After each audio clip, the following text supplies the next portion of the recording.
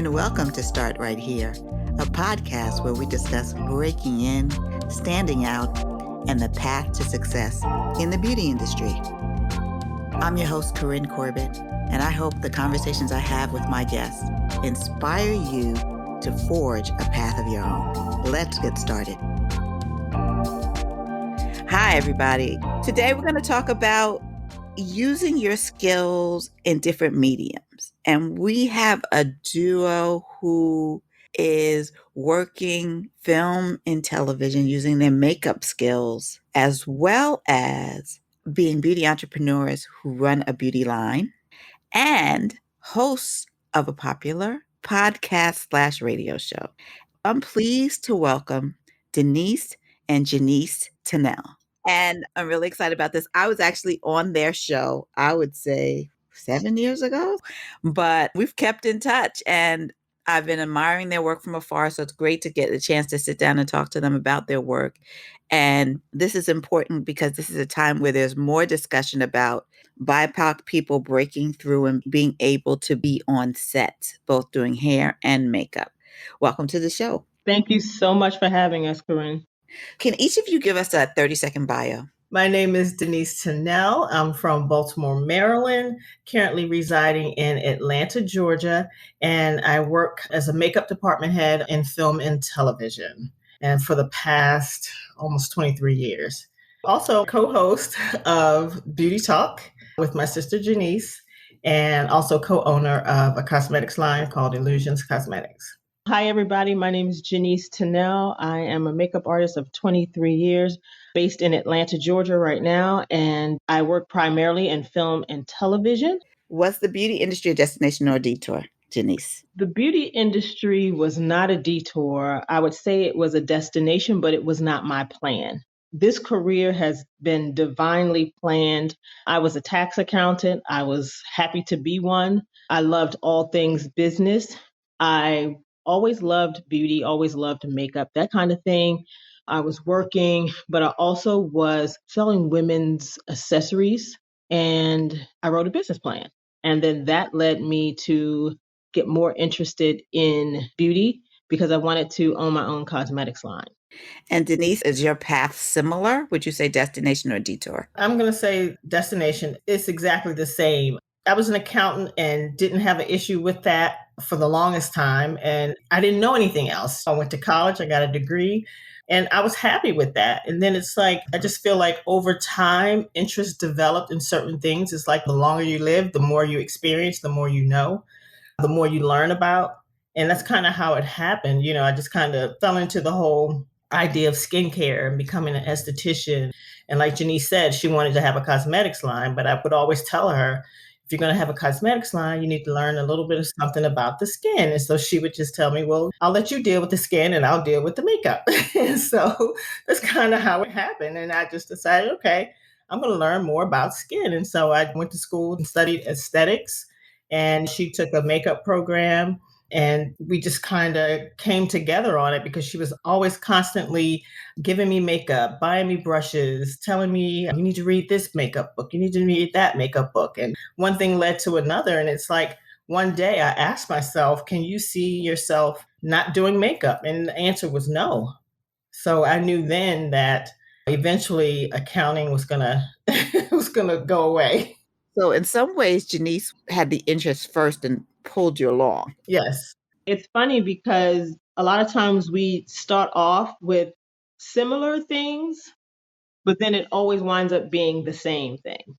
It's just like our majors in college. I wanted to study accounting. Hers was like, I think, business or something. And then by the time we actually got to school, it was both accounting. We're just too much alike. Let's talk about your first job. Did you work in high school, or what was your first job out of college? Yes, this is Janice. We did work in high school. They had like a job board. There was a job at this banquet hall that was actually not far from where we lived, and they were looking for more people. And so it was a couple of us in high school who lived in the same neighborhood. So it was a couple of us who found that job on the board and went in to apply, and we got the job. It was at a banquet hall. You're basically just, I don't want to say waitressing, but it was at a banquet hall. Pretty much people would kind of like behind the buffet serving the food. type of thing, and then clearing off tables. And then, of course, in Baltimore, there's a lot of crab feasts. So that was when we really had fun because then you got to serve the tables, the crabs. So you actually got to go to the tables, talk to the people, things like that. So that was always fun. What did you think you took away from that job? What is something you learned there that you still do?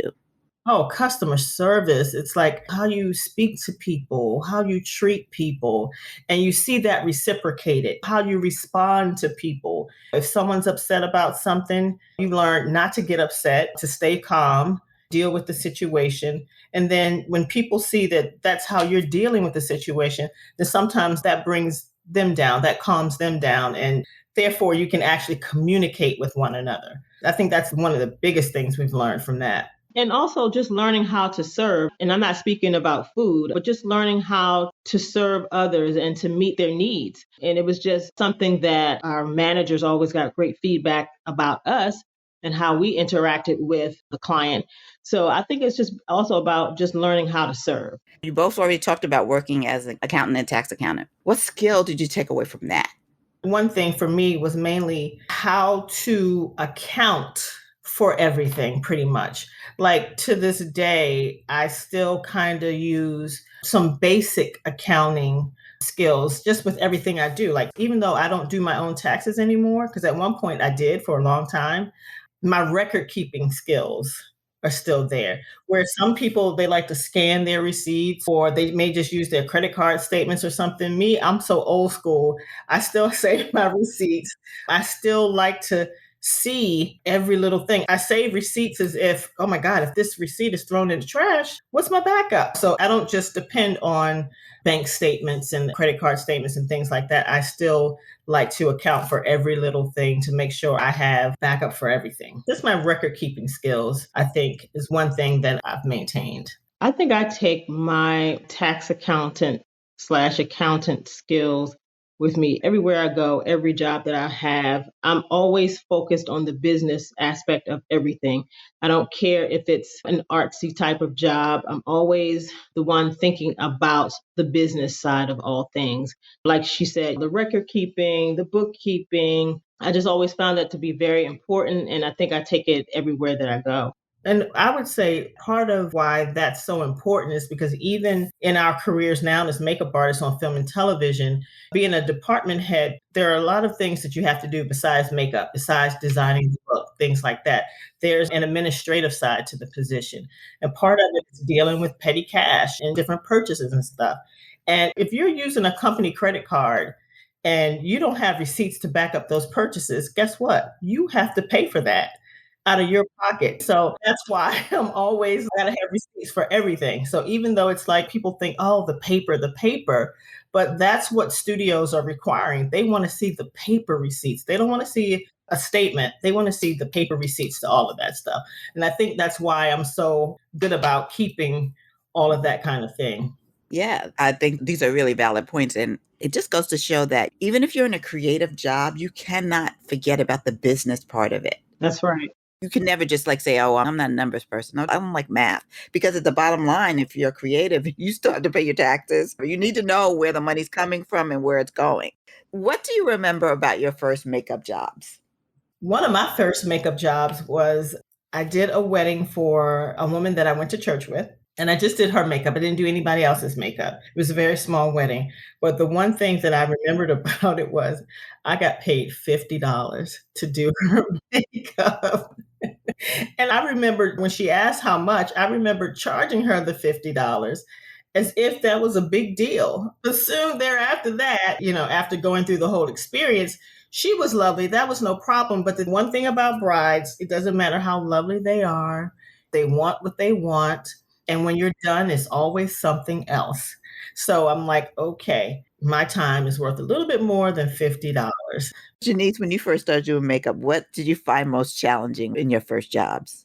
I guess one of the challenges probably would be, and basically her response is kind of an example, is learning what to charge. Like my very first job, I don't remember what it was, but I do remember I saved the check stub. I remember saving it. I don't remember what the amount was, but I do remember shortly after that, my second job, it was a job where I was working with Reggie Wells, and he called and said, "Hey, can you come to Chicago to work with me with this big model search thing that he would always do every year?" And he told me what it was paying. So I didn't have to say, "Hey, this is my rate," which was good because at that time it was very early in my career, and I always found it challenging to know what to charge. Like in my sister's situation, she learned the hard way with the wedding, but it was always a challenge, especially if you've never done it before. If you didn't know a lot of people, there were makeup artists out there, but it wasn't as many makeup artists as there is today. But you didn't always know who to ask. And then there would be some makeup artists out there that you did know, but maybe they've never done a wedding or maybe they've never done whatever this job is that you're doing. So that was always a challenge, knowing what to charge. I think that's good advice to makeup artists out there now when they're just starting out, regardless of what they're touching, what they're doing. Just start whatever price. Like I said, if you do something for $50 and at the end of the day, you're like, oh my God, I'm worn out. I feel like I just gave everything away. It's okay. It's the first one. Nobody's saying you have to get paid $1,000. You just have to get paid. And if it's $50, $50, but just start somewhere because you will never know what you're worth if you go out there not charging anything. So if you charge $50 and you realize, okay, I'm worth more than that, then charge more than that the next time. Just go from there, but you have to start somewhere. That's an important point. So did you do print and advertising as well? This is Janice. When I started, I didn't know where in makeup I wanted to be. I just knew that this is something new and I'm going to move forward. I was feeling the call, I guess, and I was just trying to do everything. So I started off by testing with photographers. I did commercials. I did weddings. I freelanced at the department stores. I pretty much did it all. I realized that film and TV is where I wanted to be when I was asked to assist another makeup artist on an independent film. And so I went there and I worked with her on that independent film that day. And I loved it. I absolutely loved it. And then she would go on to ask me to assist her on some local, like public affairs type show. I remember Kwesi and Fume had a show called The Bottom Line every Tuesday night. So I would work my tax accounting job, leave work, go home and change, and then go over to the television station to work that job with her. And then I think it would be like one Saturday a month, we would go to another television station and do 4 episodes of another public affairs show. We did that for a little while. And then she went on to department head The Wire. So both of those public affairs shows became my responsibility. And that right there was kind of like the foundation of my film and TV work. That's amazing. How did you transition to doing it full time? We were pushed out of corporate America. And I was pretty much doing the same thing. I was back and forth. I started out doing music videos and things like that. And I didn't know I wanted to do film and TV until I realized I don't want to do music videos anymore. But I was touching everything at the department stores. Like Janice said, I was doing music videos. I was doing television news, like local news in the morning and CNN. And I loved that. And I did television news for a long time while I was still doing film and TV. But I started doing independent films, like Janice was saying. And then that same makeup artist that she worked with on those independent films was here in Atlanta working on an HBO movie called Boycott. And during that time, she needed some additional help. And she called me in to work a few days. So I worked about 5 days on Boycott. And at that point, I knew this is what I'd rather be doing. I'd rather do this.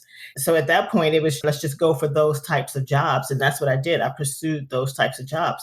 But I continued to work at the cosmetic counters for Bobbi Brown Cosmetics, more specifically, freelancing for them. I continued doing the news, and I continued to get film and TV jobs wherever I could. And it just worked out that way. But again, I was still working as an accountant doing all of that. And just being laid off of my job is what forced me out because I didn't really want to give up the paycheck, which I thought was like guaranteed, but it was pretty much forced out when I was laid off. My situation was just a little bit different. When I first started working on feature film and television, I loved it. Yes, this is what I want to do, but I thought it was smart for me to continue to stay at my job for a little while longer until I kind of built a little resume. Then it got to the point where I was turning down a lot of work. I really wanted to go to Memphis and work with my sister on Hustle and Flow. But I think it was like they were going to only need me there for 10 days, but it wasn't 10 consecutive days. So with my job, I couldn't get the leave for that. So I was like, okay, now I'm giving up a great opportunity that I really want to work on. And this job is getting in my way. So I don't know if it was the next year after that or so, but we just kept having a lot of mergers at my company, a lot of mergers, and they weren't hiring more people, but it was becoming more work. And I remember coming back from a vacation and we had a meeting, and here comes another merger, and it was going to bring on all this change and all this extra stuff. And I said to myself, you know what? This is it. At the end of the year, I'm going to quit. And I knew that leaving at the end of the year, I would forfeit my bonus in February and all that great stuff. And I was like, you know what? I'd give up that bonus to just be done with this. And it was probably November, like right before Thanksgiving. And I got a call from a headhunter who was like, hey, I want to put you in an interview for a new job. We need some accountants. And I was like, no, I'm not looking for another job. And they said, well, I have information that your department is shutting down. I was like, well, no one has told me that. So I'm not interested in an interview. I hung up with them and I was telling one of my coworkers, and she was like, yeah, a couple of us got those same calls like about a month ago. But they went into our boss and asked him about it. And he was like, oh, no, don't listen to them. Nothing like that's happening. So probably by the end of that week, we get messages from my boss's boss saying that someone from HR in New York is coming down to Baltimore, and someone else, I think it was the president of the tax department or something like that, was coming down as well. So I knew at that point it was happening and all this stuff is true. And so I think January 31st of the following year was my last day. And I think February 8th, I was in New York and New York Fashion Week working with Smashbox. On the 9th, I was getting on a plane flying to Atlanta to work on a movie starting on the 10th. And the rest is kind of history. But you guys are throwing out some amazing things that you have done. Boycott, Hustle and Flow, New York Fashion Week. Because people who want to be makeup artists dream about this stuff, but have no idea how to get from point A to point B or what they need to do. How did Hustle and Flow happen? Let me just point this out first. Part of the problem with makeup artists now, they dream about this stuff, but nobody's doing the work because people want to go from dreaming to actually doing it. And it doesn't work like that. There's a process in between where you have to do the work. And the work sometimes could be, like I was stated earlier, I continued working as an accountant full time. I continued working at the television station in the morning doing morning news. That means I was getting up at 3 o'clock in the morning. I had to be at the news station by 4. I was continuing to do that and then going to work at 7 or 8 o'clock a.m. That's the work that I'm talking about. Even when I was working at the Bobby Brown counter, that's the work I'm talking about. Because even if I'm just doing the anchor's makeup and you're thinking, well, how does that lead me to Fashion Week? Or how does that lead me to a movie? You don't know who that anchor knows. Even if I'm at the counter at Bobby Brown doing a woman's makeup, you don't know who that woman knows. Do you know how many people I've talked to when I've done makeup at those counters and I tell them what I'm doing and what I'm trying to do? Do you know how many of them say, oh, a good friend of mine is a producer? It's things like that, doing the work, telling people what it is you want to do, but you keep doing the work until that work gets you the work that you want. And also maintaining relationships with other makeup artists. The woman that Janice talked about that she worked with in Baltimore, like I said, she came to Atlanta. I worked with her. We're good friends with her now. I mean, she's hired me many times for work. She's put my name out there to different people from work. Working with her, I've met other makeup artists. And I actually met a makeup artist who was the head of the makeup department for Ma Rainey's Black Bottom, who was the one that referred me for Hustle and Flow. Once I started working on Hustle and Flow, I got a call to do Tyler Perry's first movie. And I wasn't going to leave Hustle and Flow. So I referred her for Tyler Perry's first movie. So she did his first movie. So it's things like that, maintaining those relationships. You don't know who's going to refer you. It could be the PA on a certain show who liked how you talk to them. And their father can be a producer. And when he's looking for a makeup artist for his next movie, that PA can say, hey, Dad, I know somebody that I really liked and she was really nice to me. You just never know. But to be more specific is about how to get to that point is you have to have the skills. So if you're interested in film and television, then find out what skills are necessary to do that type of work. And that's part of the problem that people are missing. They're not getting the education on exactly what it takes to do makeup for film and TV. And I think that's where people need to start. Get the education first, the work will come. So when the work comes, you're prepared. Just get the education first. Right. And what's important about what you said, so many things, but one thing that stuck out is the referrals that film and television is very insular and people work from project to project to project. But you never know where that person, that PA or the intern or whomever is going to land in 5 years, 10 years. And the relationships and the way that you treat everybody is critical. It's not just look at me, I'm the makeup head. You recognize the whole crew. And that is how you build a reputation, I imagine. Absolutely. Janice and I get hired a lot. Sometimes when people reach out to me about department heading a show, they'll always ask, is your sister available too? Are you going to hire your sister as well? Because they know how we show up. They know we're respectful. They know that there's no drama in the makeup trailer. They know there's no drama between the makeup department and the hair department. All these things that can happen, that have happened over time with different people, they know that's not happening with us. They know when the actors come, we know how to get the actors to do what they need to do when they're in that hair and makeup trailer. So sometimes you get hired for those reasons as well, not just for your skill. That's amazing. How do you get good at special effects makeup? Practice. I think for all makeup artists, they should know basic special effects, learning how to do cuts and scars and scratches, some basic effects that you can use, especially like learning how to do a good black eye. If you fell on your knee, learning just how to do bruising, like learning the stages of a bruise.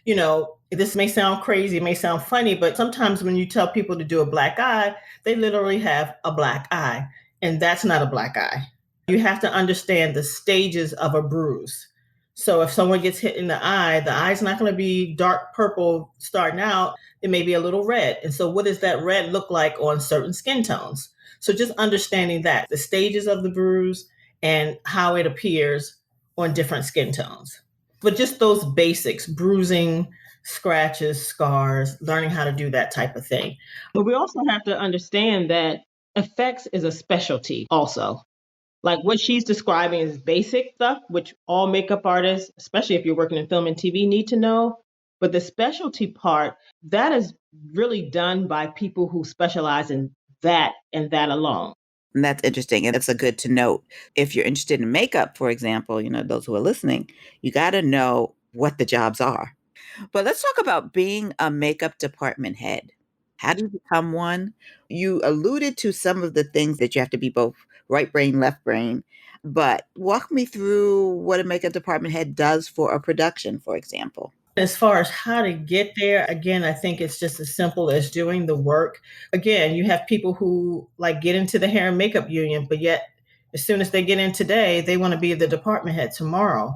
And that's just not it. It's just not the way to go. And it happens, and it's happening. I think a great department head is someone who can say that they've experienced being in the background. They know what it's like to be in the background. And I think that's great for a department head to understand and to have been there before.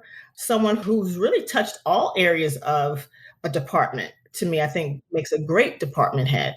Being a department head on a show, like I said, there's an administrative part to all of that as far as your paperwork, as far as maintaining the budgets given to the department head, as far as your ordering supplies and ordering other things that may be needed. If you see within the script that somebody needs a bullet hole or somebody needs a tattoo that says a certain thing, it's being able to read that script and being able to break that script down and being able to supply what's needed for that show. So if it means you want to buy some pieces for that bullet hole, especially if it's something that's going to work more than one day, sometimes you can do things just out of your kit, which is fine. But if you have to repeat that on a different day, sometimes it's good to just have a prosthetic piece so that continuity remains the same. So you may have to like order pieces and things like that. So it's just someone who can read the script, break it down, and be able to pull from that script and pull what's needed for the job to get the job done.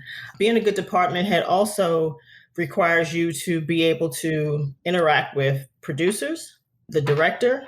If it's a television show, the directors, because we have quite a few different directors, being able to communicate well with the AD department and just other department heads. And sometimes I feel like the best department heads are people who are experienced, people who have been in the business for a while, because they know ways of getting what they want and giving producers and directors what they want as well. And sometimes that's not an easy thing to do when you're not experienced and you don't know your way around those scenarios.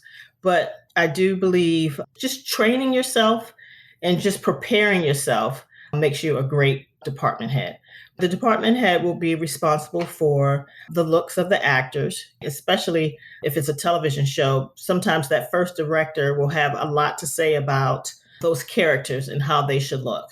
And so it's working with that director on creating those looks, taking his ideas and then your own ideas and making sure that he's happy with what you come up with. So it's just working alongside also the costume designer, working with the hair department head, coming up with those looks and creating those looks. The makeup department head is also responsible for pretty much assigning certain tasks to their crew. The department head may say, well, instead of me doing petty cash, then I'll have my key do the petty cash. Like I'll make the purchases and the key can reconcile all that. They're responsible for continuity and assigning someone to do continuity and determining how best to do that. There's so many ways to do that now with different things like sync on set and just there are different ways of being able to keep up with continuity. And so just kind of deciding what's best for the department and how they want to do that.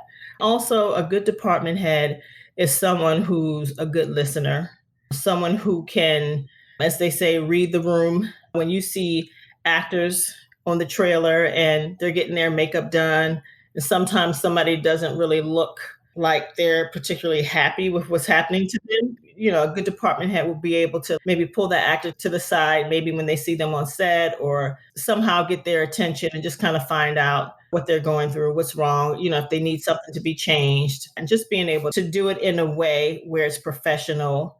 You're not necessarily hurting somebody's feelings, but just being able to kind of assess those types of situations as well. I think a good department head is also a great leader and someone who works well with people, know how to lead other people, and just know how to get people together to work together. And I can just say that for my sister and I, how we got to the department head role, is she kind of mentioned it earlier, is like we've experienced all other areas of the department. And we kind of did it in order. Most of the time you start off, you're working with the background actors. You hear people refer to it as a day player. And then it just led us to the other positions from here and there. And even after working as department heads, we still work as day players or working in the background, working as a third or working as a key. We still will work any position even after being department head. Right. So you're not caught up with the title. No, not at all.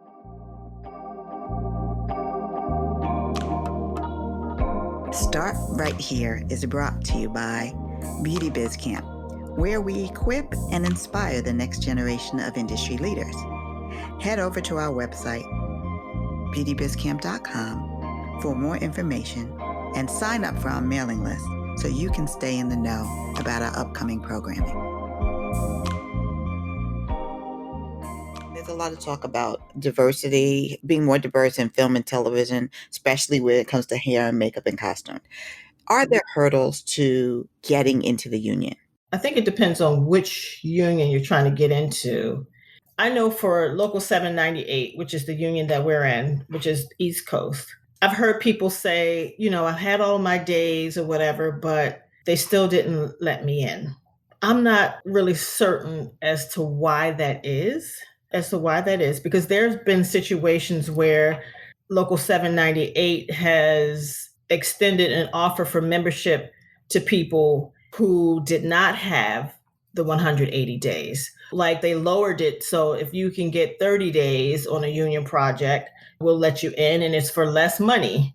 You know what I mean? So there were times when people were let in for less, where they didn't have to do nearly all of the work. So I'm not sure as to why they didn't get in. But I think what Janice was about to say was more so about Local 706 and that whole process. Yeah, because I watched I don't know if it was Television or Film Academy did a session with Devon Franklin, who was hosting it.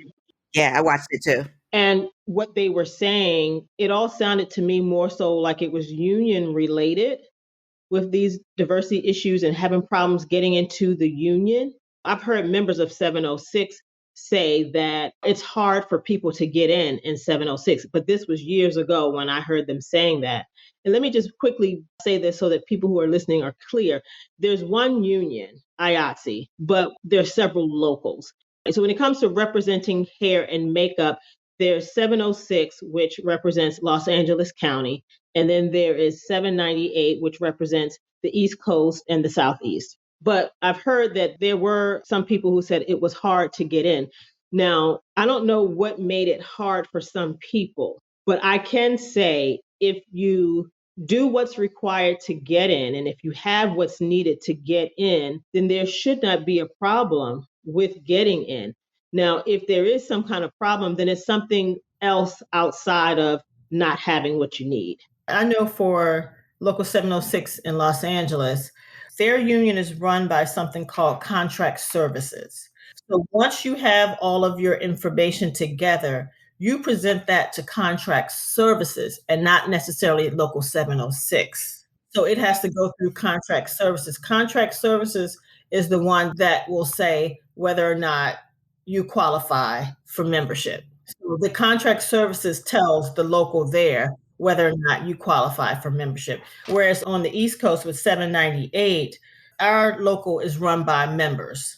So when you present your stuff to 798, we have a membership committee that reviews your information, and then they decide from there, strictly from the stuff that you've presented and from you having an interview with them.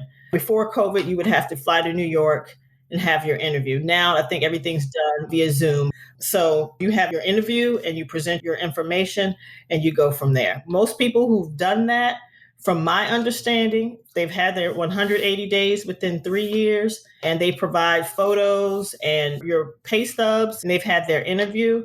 I don't know too many people who haven't gotten in that way. Absolutely. But I will say, listening to that session, getting into the union is one thing. Getting into the business, and when you say the business, you either mean getting into the makeup and hair business or getting into the makeup and hair business for TV and film. There are some differences between those two things. And we know that you have to be in a union to do feature film and television. We're just saying, do what's required. You should not have an issue. I feel like some of those issues were other things, but I do know the one issue that stands in the way, whether you're in the union or not, for people who are in the union, people who are of color, there are some issues with having enough Black talent available to work with Black actors. Now, I will say here in Atlanta, there's enough talent. And I honestly believe there was always enough talent. When I say talent, I mean hair and makeup talent, but the jobs were not always given to that talent. And that part that they spoke about on that seminar is an issue. The way they were talking about getting on the roster or whatever the word they use, but basically being on a list that people are referring to. And if you're not on the list, you're not even considered. So that goes back to relationships. That's it. Because I think they were mentioning something about being on the showrunners list. And the thing about that is when you've worked with a showrunner and they like you, they're going to call you back. Why try something new? If you have somebody that you like working with and things are working well, reach out to that person. And so sometimes it's not necessarily a list, it's just one or two people that they like using. And if you maintain those relationships, yes, you will get called. And there have been some white artists who work with the same producers all the time. But then there are some Black artists as well who work with the same producers all the time. And those producers don't care if it's a white actor, Black actor, or whatever. They're hiring the same person. But there are times when there are shows that happen where all of the actors are Black, but yet they want to hire an all-white crew. And some of these people don't have a clue as to what to do with these Black men's hair. They're sending them to barbershops And sometimes producers don't get that these Black men need a haircut just about every day or every other day. And even with some of the women, I've heard of situations where, like, these white makeup department heads are sending these Black actresses to the mall so that they can get their foundation matched. But yet they'll hire a white makeup artist as department head, and she's got a whole white crew. But yet you have Black talent sitting in Atlanta waiting to be hired. Yeah, that's ridiculous. And I believe it because I was on that seminar too. And just understanding the whole point of sending somebody supercut or something like that is just frightening. And it impacts people's performance at the end of the day. Because if they're not feeling good about themselves in the role, they can only fake it but so much. But you know what, Corinne? This may be a different conversation. I just need Black actors to stand up for themselves. I need Black actors to open their mouths. I don't care if you're just starting out in the industry or if you've been in the industry 25, 30 years. I need them to start speaking up. I agree with you. And it goes back to, like she was talking about, a good department head. A good department head has to know what those actors need. A good producer also has to know, who do we have as our acting talent? I need to be able to put the best person in place for these people. My sister and I have been on shows where white producers, the show was not necessarily what you would call a Black show, but it had a lot of Black talent. And those white producers said, we're only hiring Black makeup artists and Black hairstylists. We need more producers like that who know and they realize that this Black hair needs special attention and it needs to be someone that can do it. Now, don't get me wrong. If you are a white hairstylist that can do Black hair, it's nothing wrong with you being hired. And I say this all the time. Last year, we were on a panel talking about diversity. After that panel, I was so inspired, so fired up that we had a series of shows about diversity on our podcast. And it went from hair and makeup to the theater to cameramen to publicists, Black talent working in this industry and their experiences, how they've been treated, the lack of work because they were Black, that kind of thing. It just goes to show you that producers, doesn't matter what color they are, have to know what's needed for their talent and they need to place the right people in place for them. I tell people all the time that both my sister and I have been blessed to be on all kinds of shows, doing all kinds of races of people. And it doesn't matter. We can do it. As makeup artists, it's about knowing how to match that skin and knowing how to work with that skin. All makeup artists should know how to do it. I'm not saying that it's not challenging, but the one key thing that I notice is that a lot of white artists don't stock their kits to do any more than white talent. You don't see a range of color in their kits for Black talent. And you can't say the products aren't available. And now you can't say that the products aren't available. Whereas in my kit, I have a range for everybody because I don't know who I'm going to work with on a given job. When I first started out in makeup, a lot of my first jobs were with white talent. When I went to Chicago to work with Reggie on that model thing, it was all white models. A lot of my first jobs were white talent. I had to go out and build my kit to add all the Black colors in. So when I worked on movies, I remember on The Notebook years ago, working in the background. I think I was probably one of the only Black makeup artists there. And when we had a break, we all were just looking and planning each other's makeup, looking at what products each person had. And when I looked in some of those white girls' kit, they had nothing for Black people. Wow. Because I remember even on Big Fish, every time on those shows, when one or two Black women showed up, guess who had to do them? Exactly. They all got sent to me or to us. And that's what happens. And I think that's still true today. I remember working on Step Up 2 in Baltimore, the movie, and the white department had 3 women coming in to be at this party. And I was working in the background. I'm headed to set. She comes running down the street trying to find me. She did one of the girls. Now she's all up in the air because she needs me to go back to the trailer and fix the girl that she did. And so I go back, the girl had all of this discoloration and all this stuff going on. Her shade didn't go beyond Halle Berry. And she put it on this brown skinned girl and stuff just didn't look right. So I had to go in and fix that. And while I was there, the next girl came in and I had to do the next girl. So they get the jobs, sometimes can't do the work, and then we get called to fix it. This is such a loaded topic. Yeah, it's very loaded. And you know what?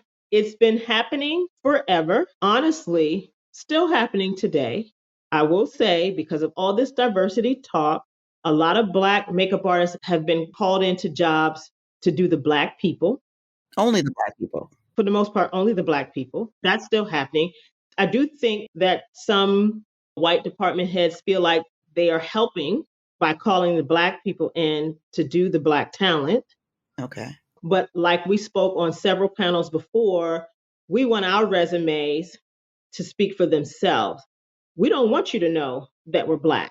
Just look at my resume. Look at the work that I've done. Hire me because you like that. Right. And I think that all of this is just so critically important. I mean, yes, it is great to have Black talent hired for the Black actors, but be clear that you're not doing us a favor. That's not inclusion. No. That's a band-aid. There's a difference. And so as we look at what's happened in the last year, there have been like some baby steps here and there, but there's also been a lot of performative talk. All it does is indicate that you got to keep your foot on the gas. It's not like, oh, we can ease up. It's gotten so much better. No, this is an ongoing thing that needs attention and needs voices. As you said, the actors and actresses have to speak up. And all of us have to use our voices to make sure that this shifts. Because for me, and I'm just a viewer, I watch a TV, movie, any kind of performance, and if somebody's hair or makeup is wrong, I'm just lost. All I can do is stare at it the whole time. I don't want to hear the dialogue. Like, what is going on? It's very distracting. Yeah, it really is. I want to shift the conversation a little bit. Let's talk about your makeup line. What made you start Illusions? Well, one of the things that inspired me, I'll start with that. Years ago, we used to go to the hair salon and I saw this Black woman come in and she was selling cosmetics to the hair salon owner. And I was like, wow, I've always loved makeup and always interested in that kind of thing. And I thought it was so nice or great to see this Black woman come in selling her own cosmetic. I thought that was such a great thing. When my sister and I were selling women's accessories, I wrote a business plan. I wanted to open an accessories boutique and I wanted to have my own cosmetics line. Little did I know that years later, I would meet this same woman at my church. She was a member of my church and we became really close.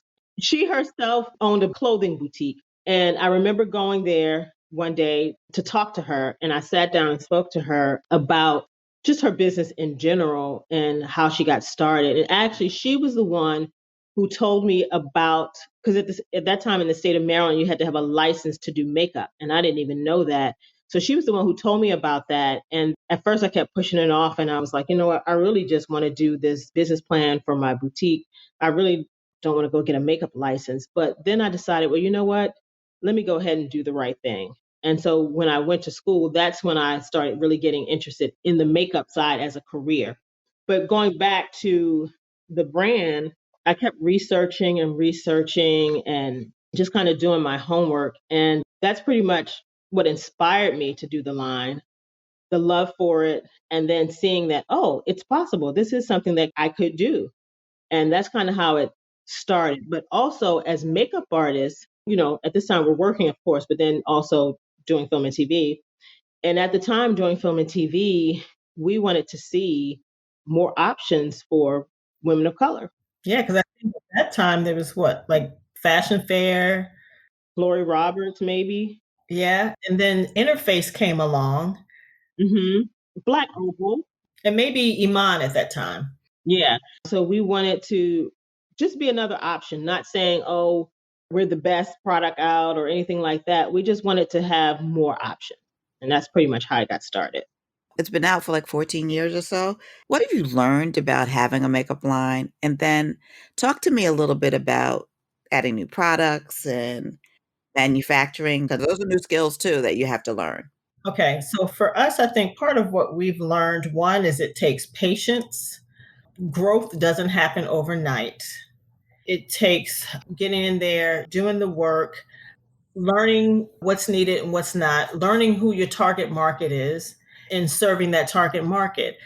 When we first started with the line, things were done a lot differently. You could actually send out things in the mail. Email and all that was fairly new. So you could email like newsletters and things like that.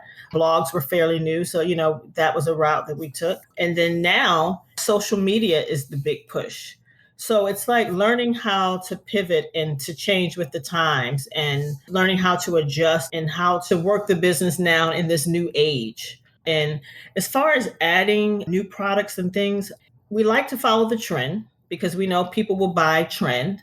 But for us, also being makeup artists, we also like to have products that we like to use as well. And especially being in film and TV, you could do a period project or something like that. And that period project doesn't necessarily always mean, 1950s, 1940s, but it could be 1980s. So we like to kind of like have the color range for those periods, especially if you're doing like 30s to 60s. We want to have a collection of red lipsticks that represent those time periods. We want to have like the blue eyeshadows that you might see in the 70s or things like that. So, do products that we as makeup artists in film and TV can use as well, because that's a target market of ours as well. But now we're in a transitional stage where we are trying to do something different. We're trying to streamline it a little bit more so that we don't have as many products. There were times when we had like for one particular SKU, like the liquid lipsticks, we may have had over 13 different shades. We want to like scale down from that now and just have our collections maybe not have more than about 5 or 6 in a collection. So we're in that transitional stage right now where we're kind of like regrouping, taking a look at what we did in the past and how we need to transition for the future. How would people be able to get your product? Right now, you can go online to illusionsbeauty.com. At one time, we were selling in our beauty studio, but we stopped that during COVID. Let's talk a little bit about COVID and its impact on your work. How has it changed everything for you guys, or has it? Yeah, it has. Like you said, when COVID first happened, we weren't going into our studio. And then eventually we were like, you know what? This makes no sense for us to be paying a rent there and all this. So we just kind of shut it down. And in film and television, people have to realize and know when we don't go to work, we don't get paid. That right there is one of the things, we were just out of work. Of course, there was unemployment, but think about some of the people who work in film and television and they weren't working before COVID. Then when COVID came, some of them weren't even able to collect unemployment. So COVID kind of just shut us all down altogether. Then going back to work, it was a little different. It was a little scary. It was very scary. There were certain protocols put in place through our union and through some of the studios. There was a lot of things that we had to do differently. First, I will say, as a makeup artist, we should be doing things like cleaning our implements, cleaning our hands, after we do makeup in between clients, cleaning our stations in between clients. So all of the cleaning that we were doing before was like on 10 after COVID when we went back to work. It was the cleaning of the seats, the disposable smocks, the disposable capes for the talent. It was the mask, the shields. Like every time you're in an actor's face, you had to have a shield on as well. So when you're doing their makeup in the trailer, and then when you go to set, you have to touch them up, you have to have that shield on. If you're just sitting around, you could take the shield off. But if you're in the actor's face, the shield had to be on. It was just so many things. To be honest with you, by the time you got home, you were drained, not just from the long 14-hour day, but just from all of the things that you had to do because of COVID. And then having a KN95 mask on for like 14 hours a day. And the only time you took it off was at lunch. Or if you needed a mask break, you could go outside. It was like 20 feet away from the stage doors. But who has time for that? As soon as a makeup or hair person steps outside of the door to go take a mask break, trust and believe somebody's calling them back in to do a touch up or something. So you pretty much stayed in that mask until lunchtime. And it's hard breathing in those things. And like she said, by the time you got home, it was draining just from all of that. and then having to be tested 3 times a week. And just saying all of that about working on film and TV, even with our beauty studio, part of the reason why we shut that down was because just the thought of having somebody come off the street or make an appointment with you to come in and you don't know that person. And it's like, I'm being tested on my job 3 times a week. But even before that, I wasn't being tested. And I don't know these people. I don't know if they're being tested. I can wear my mask, I can wear my shield, but in my mind, I didn't feel protected enough. So it was like, I can't do this. I just can't work with the general public right now. And so that was like one of our main reasons for just shutting it all down. Do you think that you may, in the future, bring back your studio in a different form? Absolutely. Because we loved it. So yeah, absolutely. What is the unsung skill you need to make it as a makeup artist? Knowing how to do makeup for all skin tones. Yeah. And for doing makeup for film and TV, knowing how to do character makeup. And when I say character makeup, I just mean you have to have a great understanding that when you watch a TV show or a movie, every person up there is playing a character, but somebody may be playing an attorney. Somebody may be playing as the president or a senator or a secret serviceman or something like that. You have to know the look for a secret serviceman. So you mean you can't put glitter eyeshadow on them, right? There you go. And you have to know that some people can't have facial hair, meaning for the guys. Well, like with police officers, some police officers, you're not going to see one with a full beard. Absolutely. But in Atlanta, a police officer versus a police officer somewhere here in Georgia that's like a small town, that may be two different looks. So you have to know that. You have to do your research. So always researching and understanding the territory where you are. Somebody in New York City is not going to look like somebody in Kansas City. You have to know that and then know the differences. That's great advice and great insight. Beauty talk. What made you start it and how long have you been doing it? Janice and her bright ideas. Yeah, another one of my bright ideas. I used to remember MySpace days. I used to hang out on MySpace, and there's a local radio personality that's in the Baltimore, Washington, D.C. area. And she kept talking about she was doing a radio show on Blog Talk Radio. And I went over and I listened. And then I saw someone else on MySpace talking about Blog Talk Radio. So I was like, what is this Blog Talk Radio? And so then when I went out to see what it was, and I was saying to my sister, you know what, this would be a great idea for us to get on and just do a show and we talk beauty, just simple stuff, starting out or whatever. And we used to even call some of our friends and say, hey, call in and ask a question or give a comment or something. And they did. And next thing you know, other people that we didn't even know was listening. And next thing you know, we had this small following, and then it just went on for such a long time. And now we've been doing it for 13 years. Wow. And what do you like most about doing it now? It's like when you interview people and you're thinking, oh, okay, this interview is going to inspire our listeners and all that. And it ends up inspiring you. And, you're sitting there interviewing the person, but you're learning so much. Sometimes when I do the show, I'm sitting there with pen and paper, like asking questions, but taking notes along the way. And it's something that we do to give back to the industry. But like she was saying, we wind up getting so much out of it just for ourselves as well. Whether we have a guest or whether she and I get on and we talk about a topic, we get so much out of it just for ourselves as well. I think that's one of the things that I love about it the most. Now let's move on to our fast track questions. What was the first beauty product each of you purchased? Do you remember? Clear lip gloss. Clear lip gloss. Both of you. Strawberry flavored. It was probably 6th or 7th grade. Wow. That's all we could wear. What was the last beauty product you tried? Glue liner. Yes. Like those liner pens. It's like black. You put it on like it's eyeliner, and then you just stick your lash on it, and you're done. And actually, I'm wearing it now. Okay. It's so simple and easy. I probably still can't do it, though.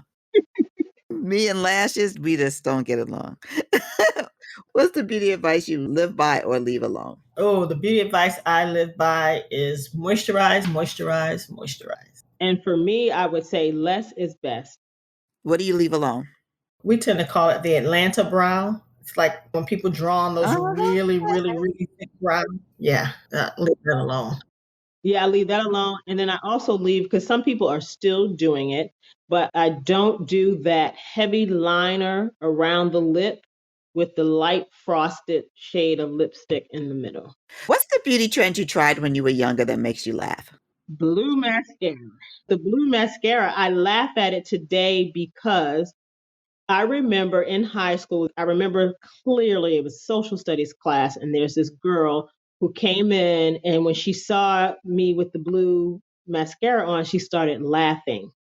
And I'm laughing because I think about it now because maybe about a month later, guess who was wearing blue mascara? Mm-hmm. Hmm. Who was your Black beauty icon growing up, and who deserves that status now? Jane Kennedy back in the day. This is the second time Jane Kennedy's come up on the show. She's up there. She's gonna rep. I love it. Oh, yeah, she was everything back then. Who would you say is a beauty icon now? Now there's no one in particular that I think about. And that's okay. Yeah, I don't have one right now. If someone wanted to follow in your footsteps, what would you tell them? Ooh, study your craft. Absolutely. You'll get to the point of figuring out the steps of how to get to where we are, but just study your craft. And something I always, always say when we're doing our show and we're talking to makeup artists is do the work. And like I said, that makeup work doesn't even have to be in film and TV. It could just be makeup work, period. And just always talking about what you want to do and where you want to be in life, and it will come. But do the work and study your craft. I would have to agree. Study your craft for sure. Because when you know what you're supposed to know, no one can deny that. And so, like how we were talking about the diversity and hiring Black talent, one thing for sure is when the Black talent gets hired, they need to know what they're supposed to know. That's fantastic. Well, I cannot thank you enough for coming on the show, for giving listeners such a fount of information. It was like you opened the vault and gave information. If you want to be a makeup artist, like this is the show. Right. You need to understand all of the intricacies of the business. And it boils down to studying a craft. So you have no excuses. That's right. Because when opportunity comes, you have to be ready. Absolutely. Thank you so much, Corinne. That's our show for today. Remember that there's more than one way to the top, and the most important step is the first one. So start right here.